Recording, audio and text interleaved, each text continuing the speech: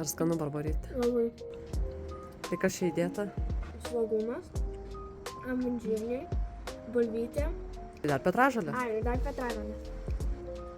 Padažai eina, kas čia agurkas įeina, jogurtas ir irgi svogūnas. Bulvės nesveikas maistas, norint sulieknėti jų valgyti negalima, tai yra mitas. Jeigu jos yra pasirinktos teisingos, nevalgomos per dažnai, jos tikrai teisingai paruoštos bulvės gali būti tavo racione ir ypač šaltuoju metų laiku. Kviečiu tave išbandyti karštas avinžirnių ir bulvių salotas su agurkiniu jogurto padažu. Be galo skanios. Bulvės supjaustyk kubeliais, įdėk nusausintus konservuotus avinžirnius ir išmaišyk su alyvuogių aliejumi ir prieskoniais. Padažą ruošk agurką sutarkuok, taip pat smulkiai supjaustyk raudonąjį svogūną, įdėk graikišką natūralų jogurtą, įdėk druskytės, pipiriukų ir viską išmaišyk. Ir tiek ant karštų bulvių bei avinžirnių, supjaustęs stambiais gabalėliais raudonąjį svogūną, gali dėti petražolės arba daug rūkolos ir iš tikrųjų bus be galo gardu ir sveikatai palanku. Patinka bulvės? Spausk like ir rašyk komentare patinka bulvės.